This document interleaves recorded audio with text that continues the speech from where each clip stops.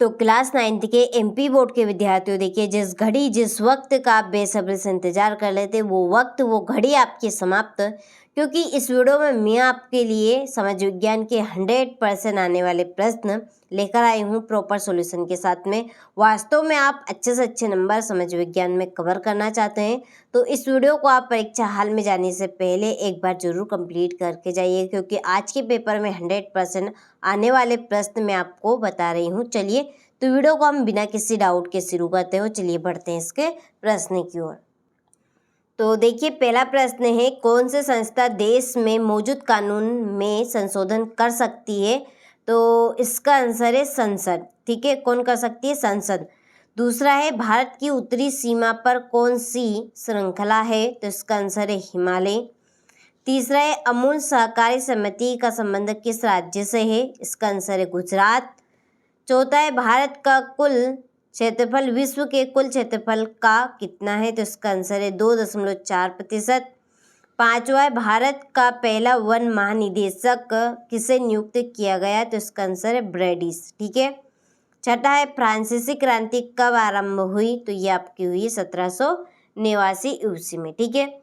चलिए इसके बाद में choose correct option and right, ये आपके इंग्लिश मीडियम वालों के लिए टिक कर दिए हैं, तो आप कंप्लीट करें इनको अच्छे से। और एक एक प्रश्न आपके लिए देखिए बहुत ही मायने रखता है, क्योंकि 100% आने वाले प्रश्न मैं आपको इस वीडियो में कंप्लीट करा रही हूँ ताकि आप सभी अच्छे से अच्छे नंबर स्कोर कर सके। तो देखिए पहला खालिस्तान है कि एमनेस्टी इंटरनेशनल अंतर्राष्ट्रीय खालिस्तान संगठन है, तो इसका आंसर है मानव अधिकार। दूसरा है, 2011 की जनगणना के अनुसार भारत में साक्षरता दर खालिस्तान थी 74.04%। तीसरा, अर्थव्यवस्था के खालिस्तान प्रमुख क्षेत्रक है, तो कितने? 3। याद यहाँ पे नाम याद रखिएगा आप इनके, प्राथमिक, द्वितीयक और तृतीयक। ठीक है। निर्धनता रेखा का मापन खालिस्तान द्वारा किया जाता है आय या उपभोग स्तर पर। 1815 के वाटरलू के युद्ध में खालिस्तान की हार हुई नेपोलियन की। और संविधान सभा के अध्यक्ष खालिस्तान थे डॉक्टर राजेंद्र प्रसाद। ठीक है, तो ये आपके इस तरह के 100% आने वाले प्रश्न रहेंगे। कंप्लीट अच्छे से करना है सॉल्यूशन के साथ में, ताकि आप सभी अच्छे से अच्छे नंबर ला सके। ठीक है। चलिए इसके बाद आप देखिए सत्य सत्य लिखिए। पहला, वाइमर समर्थकों को मार्च का अपराधी कहा जाता था, तो ये आपका असत्य है। प्रत्येक व्यक्ति एक कीमती राष्ट्रीय संसाधन है, सत्य। हिटलर आर्थिक संकट दूर करने के लिए उद्योग स्थापित करना चाहता था, तो ये आपका सत्य है। भारत क्षेत्र की दृष्टि से दुनिया का 7वां बड़ा देश है, तो ये आपका सत्य। लोकतांत्रिक व्यवस्था में शासकों को भी कानून का पालन करना पड़ता है, सत्य। और पूर्वी घाट का सर्वोच्च शिखर कंचनजुंगा है, तो ये आपका असत्य है। ठीक है। चलिए इसके बाद आप देखिए, ये आपके इंग्लिश वर्जन वालों के लिए अच्छे से आपको कंप्लीट करके जाना है। ठीक है, हर एक प्रश्न मोस्ट इम्पोर्टेंट है, तो जितनी जल्दी हो सके उतनी जल्दी आपको सारे प्रश्नों को कंप्लीट करने हैं। ठीक है। क्वेश्चन नंबर 4 में आप देखिए सही जोड़ी लिखिए। पहली है, रूस की संसद है डूमा। वयस्क मताधिकार 18 वर्ष। फूलों की बौछार कहवा। इसके बाद गैर कृषि कार्य दुकानदारी है। पहली जनगणना सीरिया। और बार्थ पार्टी है आपके 1872। ठीक है, तो ये आपके इस तरह के 100% आने वाले प्रश्न हैं।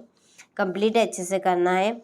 एक वाक्य में उत्तर दीजिए। पहला, प्रथम विश्व युद्ध के लिए किसे जिम्मेदार ठहराया गया? जर्मनी को। अधिकार क्या है? जुकाम और खांसी के लिए किस पादप का प्रयोग किया जाता है? तुलसी का। निर्धनता से क्या से जेट स्ट्रीम क्या है? ठीक है। इसके बाद ऊंचे पहाड़ों में स्थित घास के मैदान को क्या कहते हैं? बुग्याल।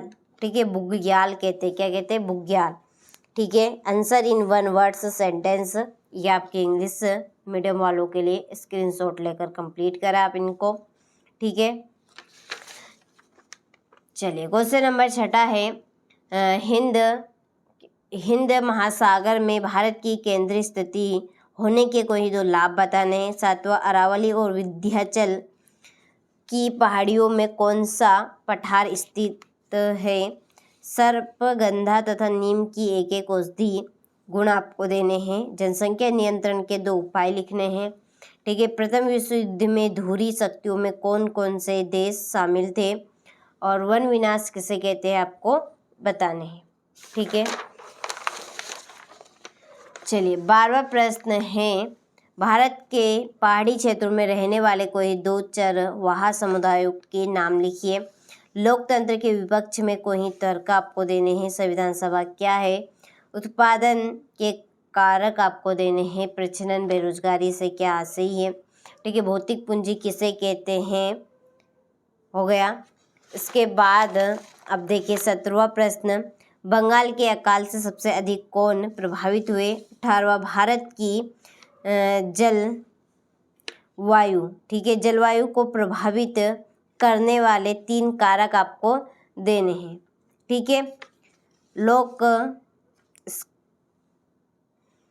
लोकतंत्र वर्तमान परिप्रेक्ष्य में आवश्यक क्यों है, अपने विचार आपको देने हैं। खाद्य सुरक्षा क्या है, किसी आपदा के समय खाद्य सुरक्षा कैसे प्रभावित होती है आपको देनी है। प्रधानमंत्री की किन्हीं 4 शक्तियों का वर्णन आपको करना है। ठीक है। आपका 21वां प्रश्न, ये आपके 100% आने वाले प्रश्न हैं आज के पेपर में। ठीक है। मौसम और जलवायु में क्या अंतर है, दिए गए मानचित्र में निम्नलिखित को दर्शाना है। ठीक है। तो ये आपके इस तरह के प्रश्न रहेंगे जो आपको परीक्षा में देखने को मिलेंगे। तो 100% आने वाले क्वेश्चन हैं, कंप्लीट करके अच्छे से आप जाइएगा। ठीक है। तो यहाँ पर मैंने आपको बता दी है समाज विज्ञान के जो आने वाले आपके हैं प्रश्न। ठीक है। तो कंप्लीट आपको करना है और अच्छे से अच्छा स्कोर आपको बनाना है। ठीक है।